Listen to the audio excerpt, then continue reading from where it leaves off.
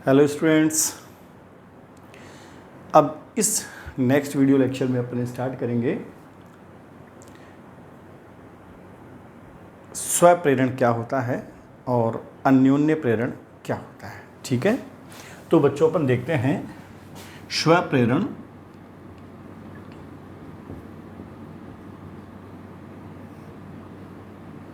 और self induction.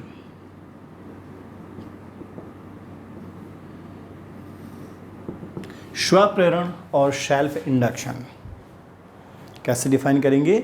किसी कुंडली में प्रवाहित धारा में परिवर्तन करने पर उसी कुंडली में विद्युत वाहक बल प्रेरित होने की घटना को या उत्पन्न होने की जो घटना को अपन क्या कहते हैं बच्चों? स्वप्रेरण कहते हैं। किसी कुंडली में प्रवाहित धारा में परिवर्तन करने पर उसी कुंडली में विद्युत वाहक बल प्रेरित होने की घटना को स्वप्रेरण कहते हैं। तो कैसे डिफाइन करेंगे? किसी कुंडली में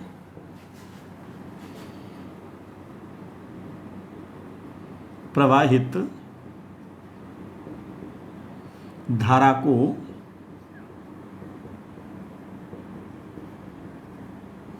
परिवर्तित करने पर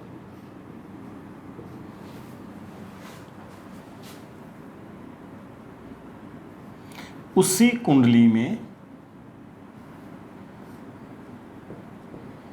विद्युत वाहक बल प्रेरित होने की घटना को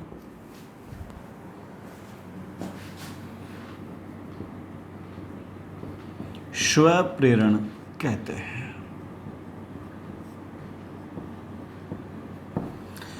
किसी कुंडली में प्रवाहित धारा में परिवर्तन करने पर उसी कुंडली में विद्युत वाहक बल प्रेरित होने की घटना को स्वप्रेरण कहते हैं। अब बच्चों ध्यान देने वाली बात है कि किसी कुंडली से संबद्ध चुंबकीय फ्लक्स उसमें प्रवाहित धारा के समानुपाती होता है, अर्थात φB directly proportional to I।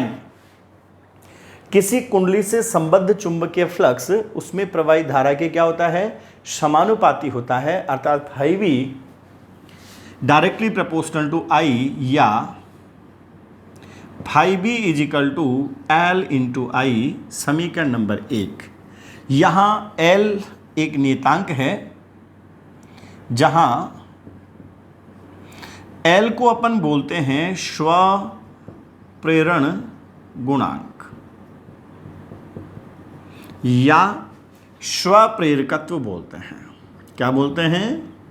स्वप्रेरण गुणांक या स्वप्रेरकत्व बोलते हैं। इसका जो मात्रक होता है वो होता है हेनरी, जिसको अपन H से डिनोट करेंगे। अब देखो बच्चों, अपन ये देखते हैं कि कुंडली में प्रेरित विद्युत वाहक बल कैसे निकालें। कुंडली में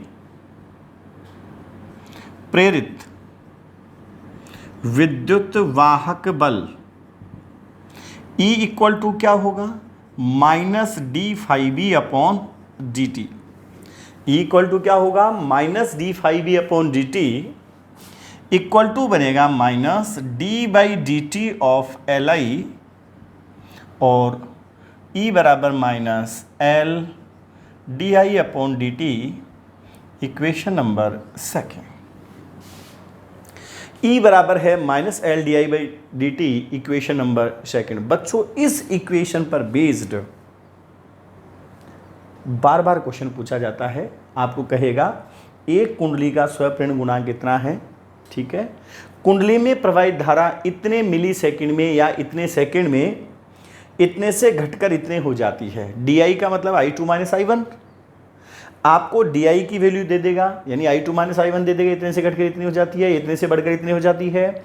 dt का मान आपको दे देगा, L का मान आपको दे देगा और प्रेरित विद्युत वाहक बल का मान पूछ लेगा। ठीक है, अब देखो बच्चों इस सूत्र में यहां माइनस चिन्ह क्या बताता है? यहां माइनस चिन्ह यह प्रदर्शित करता है कि प्रेरित विद्युत वाहक बल कुंडली में धारा में परिवर्तन का विरोध करता है। यहां माइनस चिन्ह, यहां माइनस चिन्ह यह प्रदर्शित करता है, यहां माइनस चिन्ह यह प्रदर्शित करता है कि प्रेरित विद्युत वाहक बल, प्रेरित विद्युत वाहक बल चुंबकीय फ्लक्स में, या एक मिनट, विद्युत वाहक बल धारा में परिवर्तन का विरोध करता है, धारा में परिवर्तन का विरोध करता है। ठीक है। अब देखो बच्चों, अगर इस प्रेरित विद्युत वाहक बल के विरुद्ध मैं धारा के मान में वृद्धि करना चाहता हूं तो मुझे बाह्य कार्य करना पड़ेगा। ठीक है। अब अपन क्या कहेंगे, प्रेरित विद्युत वाहक बल के विरुद्ध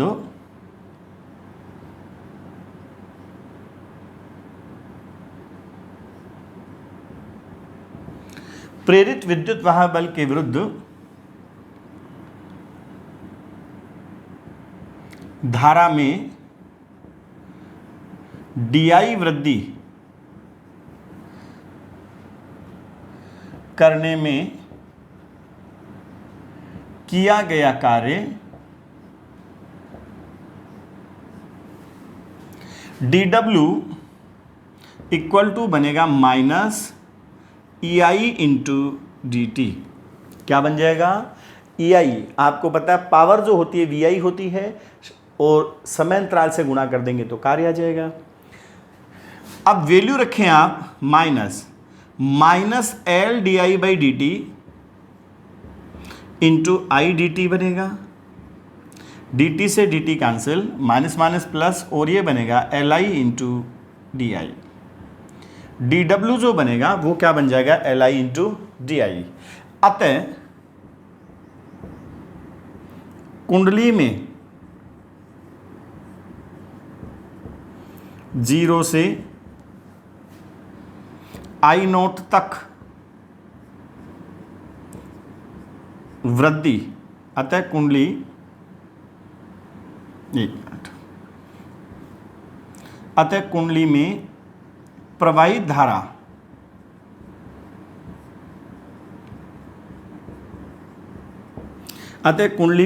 धारा में 0 से I0 तक वृद्धि करने में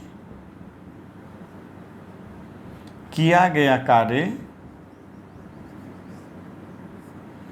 W is equal to integration LI into D I, 0 से लेके I0 तक, और ये बन जाएगा L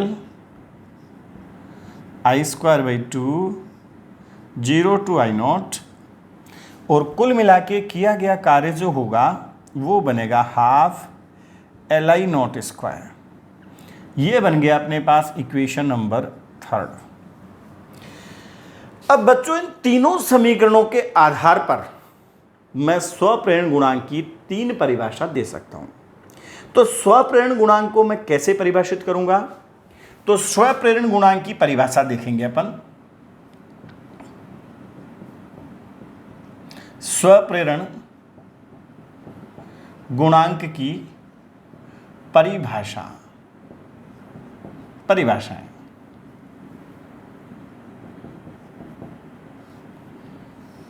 ठीक है बच्चों। फर्स्ट अपन देखते हैं पहले फॉर्मूले के अनुसार।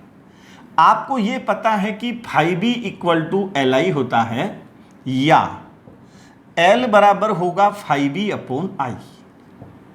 यदि I बराबर 1 एम्पियर हो जाए तो L बराबर क्या हो जाएगा, φb। किसी कुंडली में एकांक धारा प्रवाहित करने पर उस कुंडली से संबद्ध चुंबकीय फ्लक्स का मान उस कुंडली के स्वप्रेरण गुणांक के बराबर होता है। क्लियर है? पहली डेफिनेशन, किसी कुंडली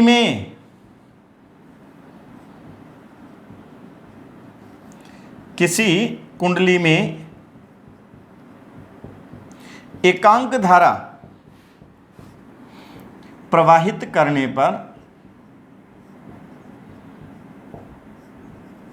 किसी कुंडली में एकांक धारा प्रवाहित करने पर उस कुंडली से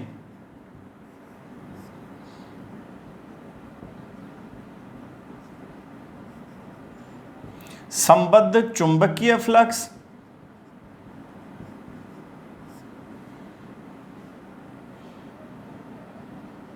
उसके स्वप्रेरण गुणांक के बराबर होता है।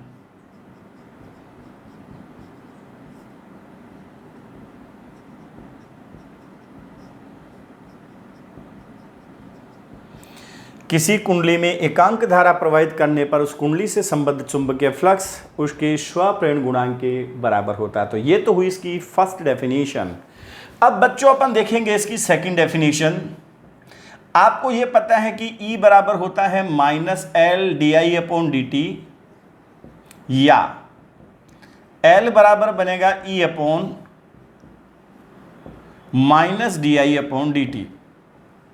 यदि -dI/dt बराबर 1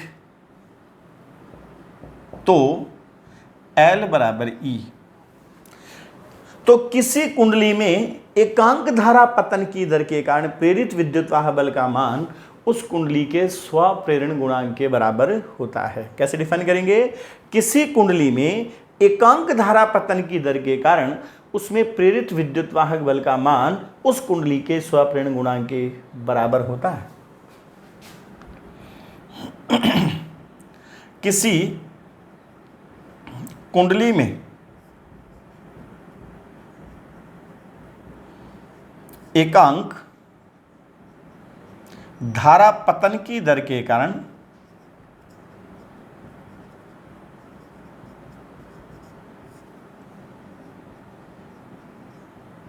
उसमें प्रेरित विद्युत वाहक बल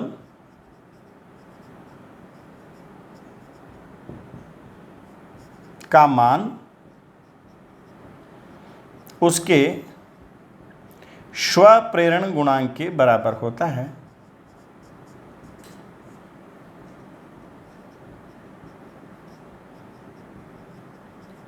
ठीक है बच्चों, अब अपन इसकी थर्ड डेफिनेशन देखेंगे।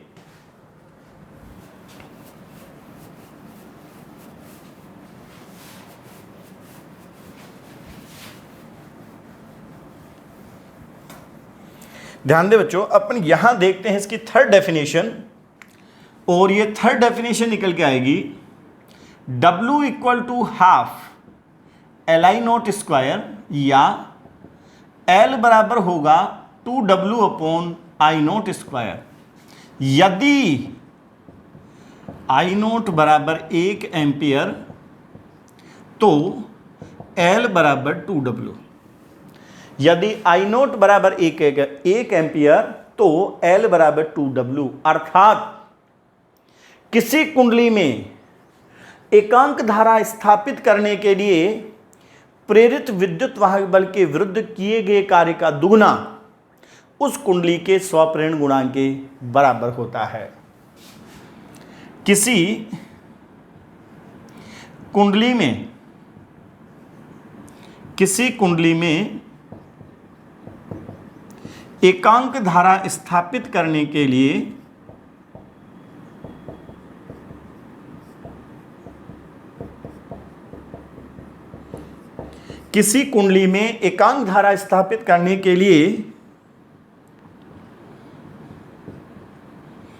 प्रेरित विद्युत वाहक बल के विरुद्ध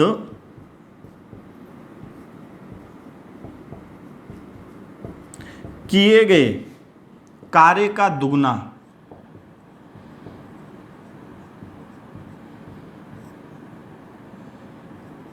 उसके स्वप्रेरण गुणांक के बराबर होता है।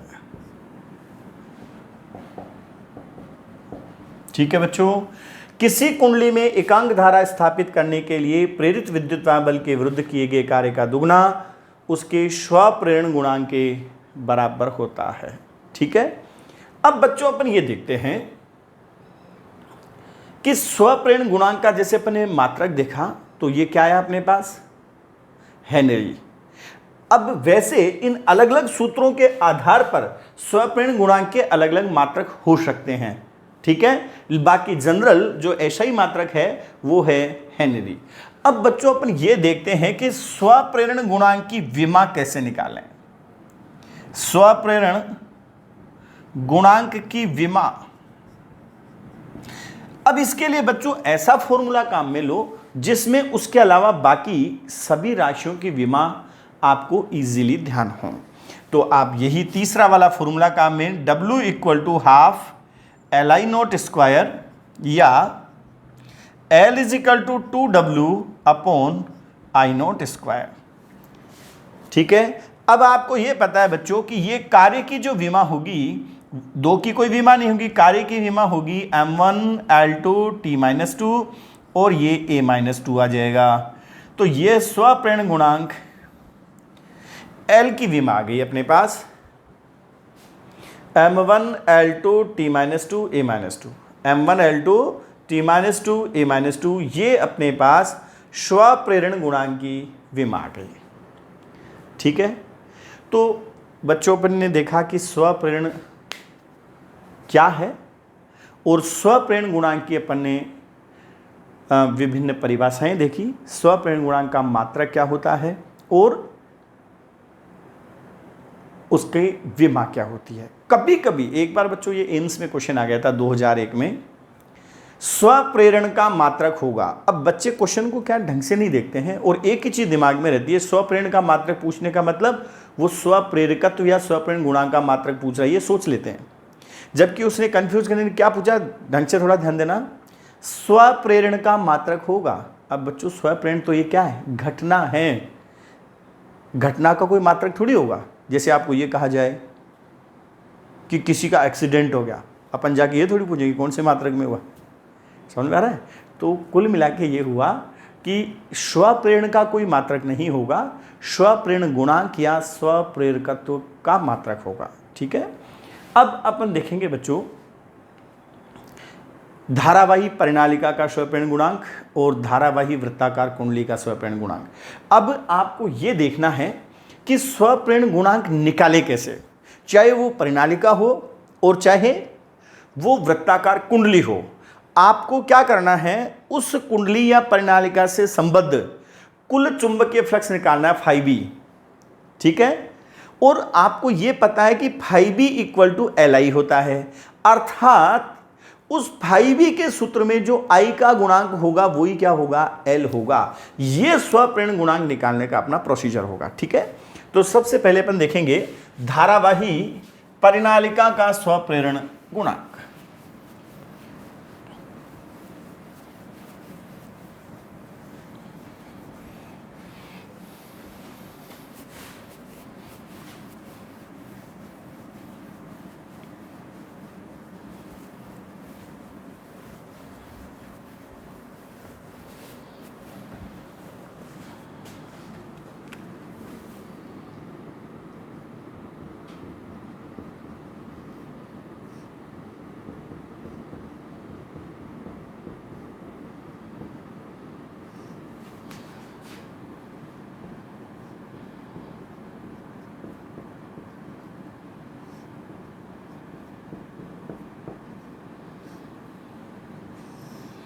धारावाही परिनालिका का स्वप्रेरण गुणांक।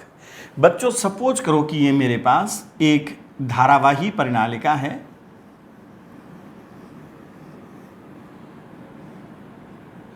और इसमें I धारा प्रवाहित हो रही है।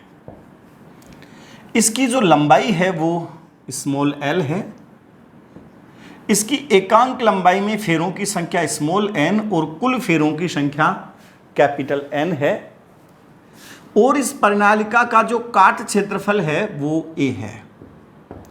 परिनालिका का जो काट क्षेत्रफल है वो a है, इसके प्रत्येक फेरे में प्रवाहित धारा I है, परिनालिका की लंबाई स्मॉल l है, परिनालिका की एकांक लंबाई में फेरों की संख्या स्मॉल n और कुल फेरों की संख्या क्या है, कैपिटल N है। ठीक है। अब बच्चों अपन को ध्यान देने वाली बात यह है, परिनालिका के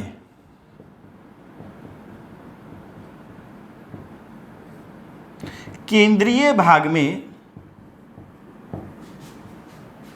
परिनालिका के केंद्रीय भाग में चुंबकीय क्षेत्र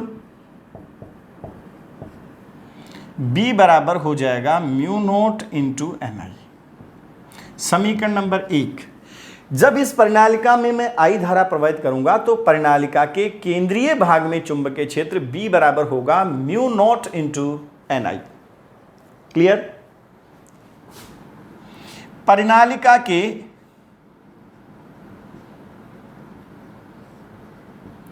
प्रत्येक फेरे से संबद्ध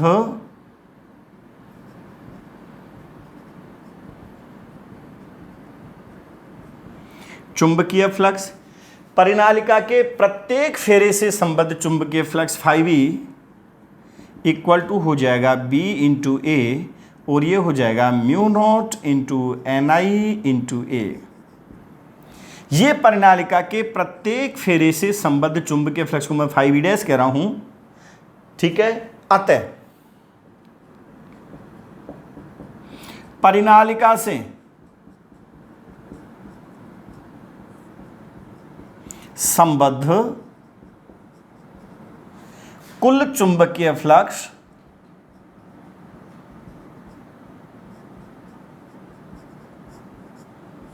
परिनालिका से संबद्ध कुल चुंबकीय फ्लक्स φb इक्वल टू हो जाएगा N इंटू φb डैश, या φb जो होगा वो क्या बनेगा, capital N into mu naught NI into A, या अब इस कैपिटल N की जगह मैं स्मॉल n इंटू एल कह सकता हूं, क्योंकि स्मॉल n एकांक लंबाई में कुल फेरों की संख्या बटे लंबाई, ये स्मॉल n है, इसलिए कैपिटल N की जगह स्मॉल n इंटू एल कह सकता हूं और ये बनेगा mu naught into NI into A, या φb equal to mu naught n square a into L into I। Equation number 2। परंतु φb equal to LI, equation number 3। आपको पता है कि φb का मान LI होता है। अब क्या करेंगे, समीकरण 2 और 3 की तुलना करेंगे। समीकरण 2 तथा 3 की तुलना करने पर, समीकरण 2 तथा 3 की तुलना करने पर L बराबर हो जाएगा mu naught n square into AL। तो ये बच्चों अपने पास आ गया धारावाही परिनालिका के स्वप्रेरण के लिए, स्वप्रेरण गुणांक के लिए या स्वप्रेरकत्व के लिए व्यंजक आ गया। ठीक है। तो ये हुआ अपने पास। अब बताओ धारावाही परिनालिका का स्वप्रेरण गुणांक किस पर डिपेंड करेगा। अब बच्चों यहां पर एक तो ये माध्यम पर निर्भर करेगा, क्योंकि जब निर्वात है या वायु है तो म्यू नोट आ रहा है। अगर मान लो मैं इस परिनालिका के अंदर कोई नरम लोहे की छड़ रख दूं, कोई माध्यम रख दूं, तो यहां पे म्यू आएगा और म्यू की जगह mu R into mu nought आएगा। तो एक तो स्वप्रेरण गुणांक किस पर डिपेंड करेगा, माध्यम पर निर्भर करेगा। परिनालिका की एकांक लंबाई में फेरों की संख्या पर निर्भर करेगा, परिनालिका के काट क्षेत्रफल निर्भर करेगा और परिनालिका की लंबाई पर निर्भर करेगा। तो L की निर्भरता, L की निर्भरता, अगर मैं L की निर्भरता देखता हूं तो पहला फर्स्ट किस पे डिपेंड करेगा, माध्यम पर निर्भर करेगा। दूसरा एकांक लंबाई में फेरों की संख्या या कुल फेरों की संख्या पर, एकांक लंबाई में फेरों की संख्या पर।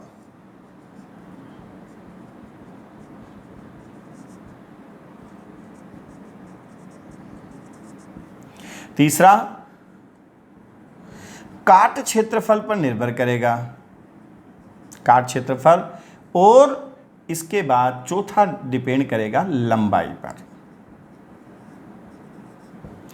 तो ये एल की निर्भरता आ गई, यानी स्वप्रेरण गुणांक, परिनालिका का स्वप्रेरण गुणांक किस किस चीज पर निर्भर करेगा ये आपको पता चल गया। ठीक है बच्चों, अब अपन देखते हैं धारावाही वृत्ताकार कुंडली का स्वप्रेरण गुणांक।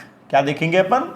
धारावाही, जैसे अपन ने धारावाही परिनालिका का देखा, सेम इसी टाइप से धारावाही वृत्ताकार कुंडली का स्वप्रेरण गुणांक देखेंगे।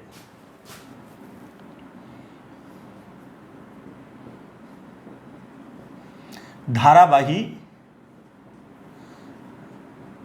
वृत्ताकार कुंडली का स्वप्रेरण गुणांक।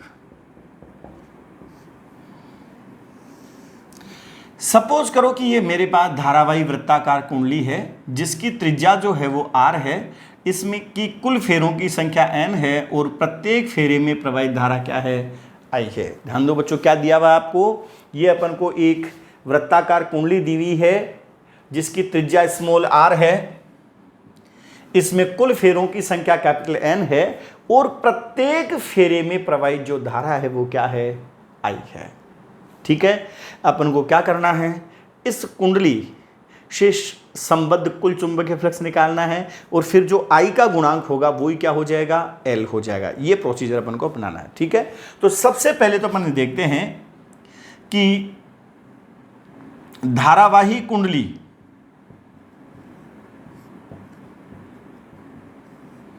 के कारण केंद्र पर चुंबकीय क्षेत्र B बराबर क्या हो जाएगा? Mu nought NI upon 2R। कितना हो जाएगा बच्चों? B equal to mu nought NI upon 2R, equation number first. अतः कुंडली से संबद्ध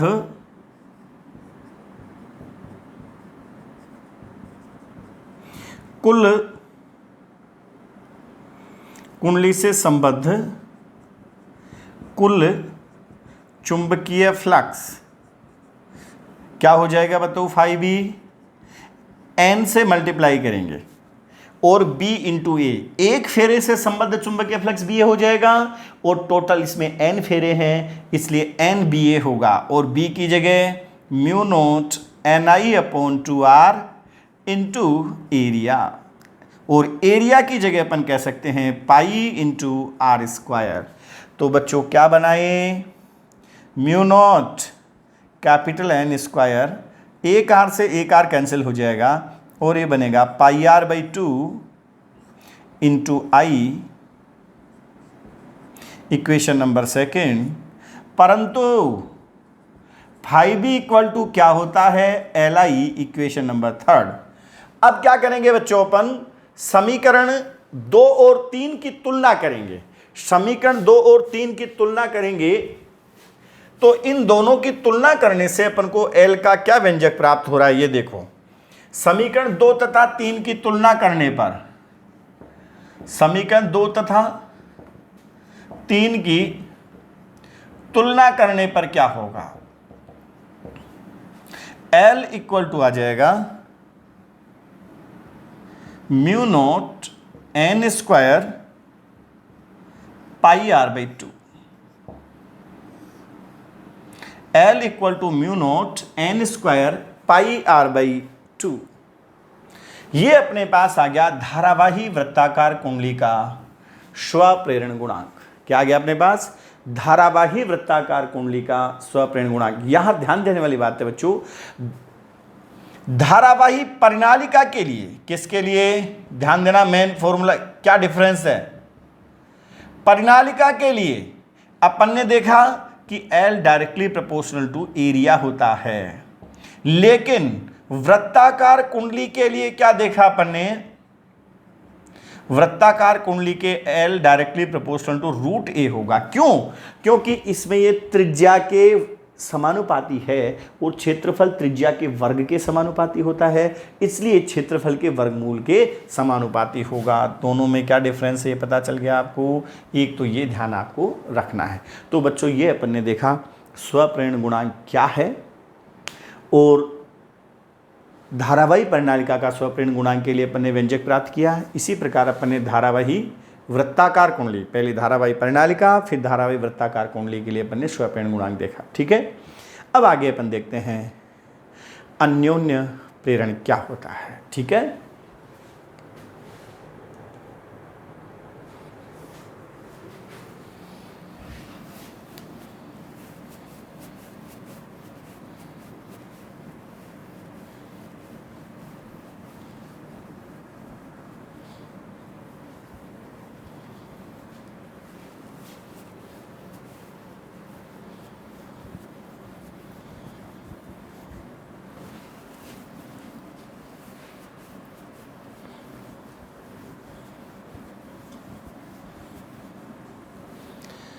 तो आगे देखते हैं बच्चों अपन अन्योन्य प्रेरण और म्यूचुअल इंडक्शन क्या होता है। अन्योन्य प्रेरण या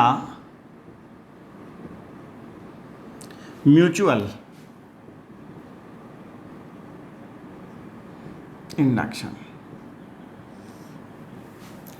अन्योन्य प्रेरण या म्यूचुअल इंडक्शन। ठीक है, अन्योन्य प्रेरण या म्यूचुअल इंडक्शन।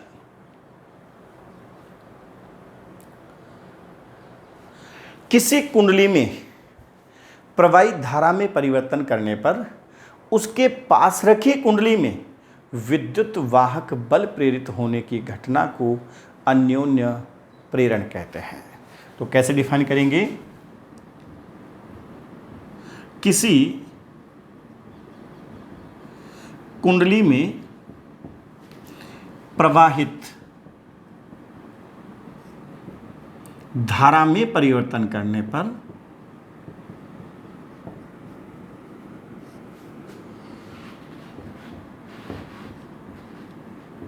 किसी कुंडली में प्रवाहित धारा में परिवर्तन करने पर उसी कुंडली में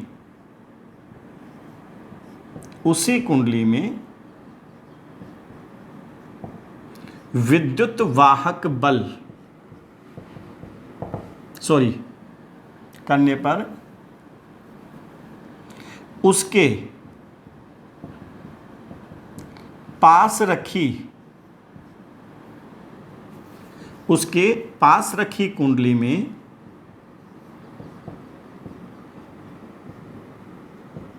विद्युत वाहक बल प्रेरित होने की घटना को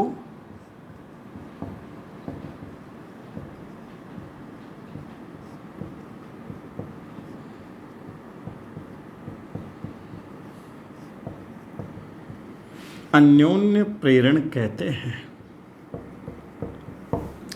किसी कुंडली में प्रवाहित धारा में परिवर्तन करने पर उसके पास रखी कुंडली में विद्युत वाहक बल प्रेरित होने की घटना को अन्योन्य प्रेरण कहते हैं। ठीक है बच्चों, अब ध्यान दो बच्चों, द्वितीयक कुंडली, जिस कुंडली में अपन धारा में परिवर्तन कर रहे हैं वो प्राथमिक कुंडली है और उसके पास रखी जो कुंडली है वो कौन सी है? द्वितीयक कुंडली है। तो ध्यान दें, द्वितीयक कुंडली में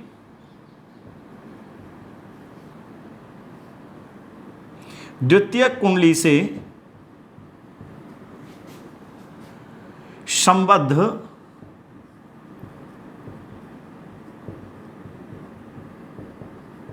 चुंबकीय फ्लक्स, द्वितीयक कुंडली से संबद्ध चुंबकीय फ्लक्स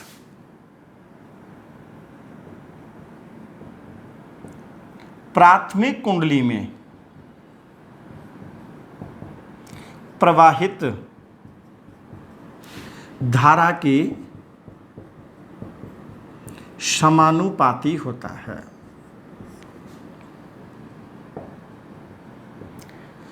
अर्थात phi B2 directly proportional to I1 होगा या phi B2 equal to MI1। Equation number first, phi B2 जो होगा वो किसके बराबर होगा? MI1 के बराबर होगा। Equation number first. बच्चों यहां पर M एक नियतांक है जिसको बोलते हैं अन्योन्य प्रेरण गुणांक। L को M जो है वो क्या कहलाता है? अन्योन्य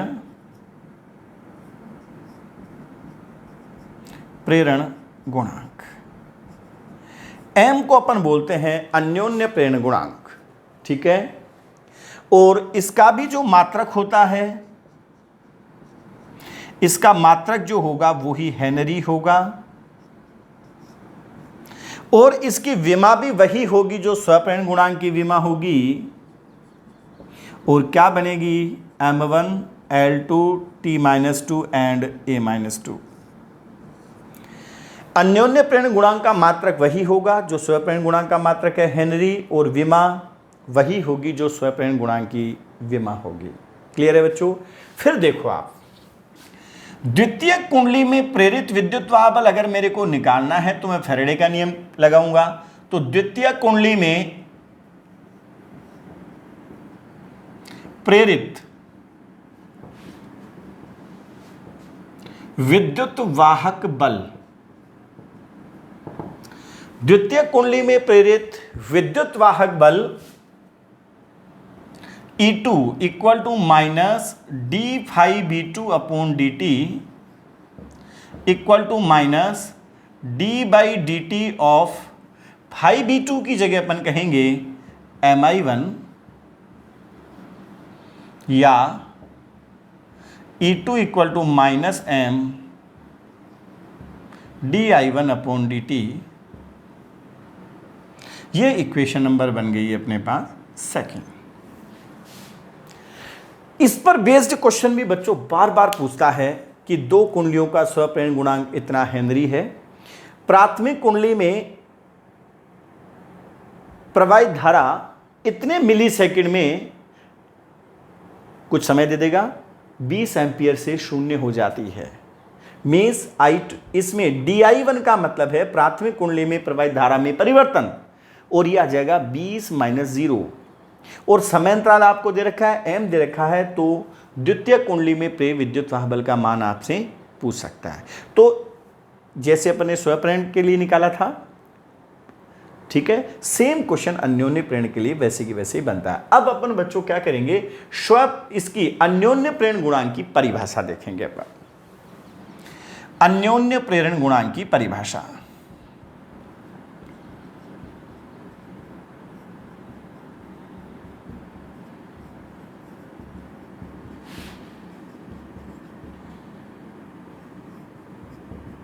कैसे डिफाइन करेंगे? इस पहले वाले फॉर्मूले से डिफाइन करेंगे। पहले फर्स्ट, आपको पता है फाई B2 इक्वल टू होता है MI1 या M बराबर होगा फाई B2 अपॉन I1। यदि I1 बराबर 1 एम्पियर तो M बराबर फाई B2। यदि I1 बराबर 1 एम्पियर तो M बराबर फाई B2। कैसे डिफाइन करेंगे बच्चों? प्राथमिक कुंडली में एकांक धारा प्रवाहित करने पर द्वितीय कुंडली से संबद्ध चुंबकीय फ्लक्स उन दोनों कुंडलियों के अन्योन्य प्रेरण गुणांक के बराबर होता है। कैसे डिफाइन करूंगा मैं? लैंग्वेज के फॉर्म में कैसे लिखूंगा? प्राथमिक कुंडली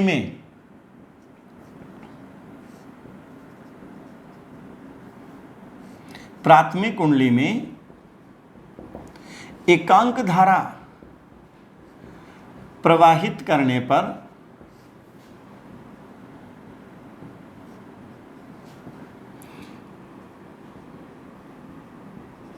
द्वितीयक कुंडली से संबद्ध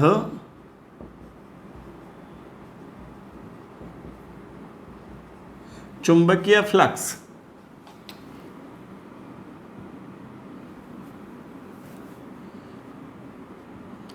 उन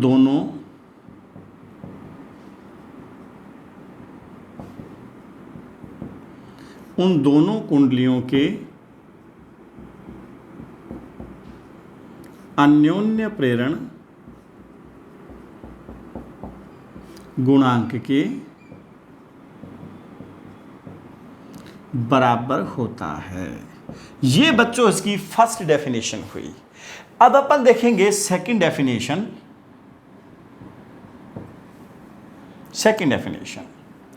वो कैसे देखेंगे? देखो, इक्वेशन सेकंड के अनुसार देखें, E2 equal to minus M into di1/dt, या m बराबर होगा E2 अपॉन माइनस di1/dt यदि माइनस di1/dt बराबर 1 तो m बराबर E2। अर्थात प्राथमिक कुंडली में एकांक धारा पतन की दर के कारण द्वितीय कुंडली में प्रेरित विद्युत वाहक बल का मान उन कुंडलियों के अन्योन्य प्रेरण गुणांक के बराबर होता है। कैसे डिफाइन करेंगे? प्राथमिक कुंडली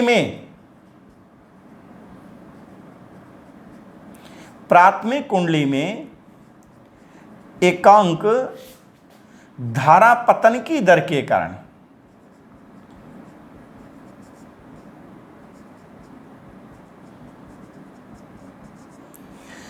प्राथमिक कुंडली में एकांक धारा पतन की दर के कारण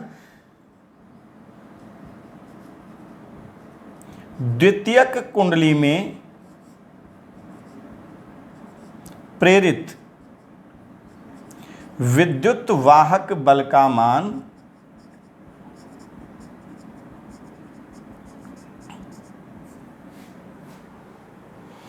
उन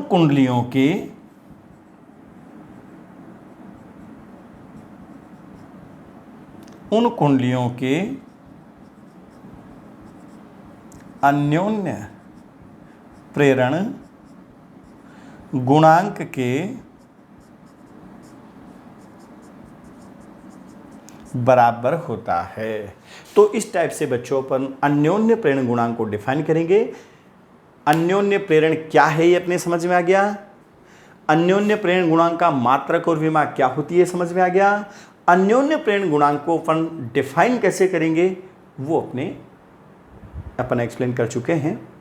अब अपन ये देखेंगे कि दो समाक्षीय परिनालिकाओं का अन्योन्य प्रेरण गुणांक क्या होगा और दो सकेंद्रीय वृत्ताकार कुंडलियों का अन्योन्य प्रेरण गुणांक क्या होगा, जो अपन नेक्स्ट वीडियो लेक्चर में ही देखेंगे।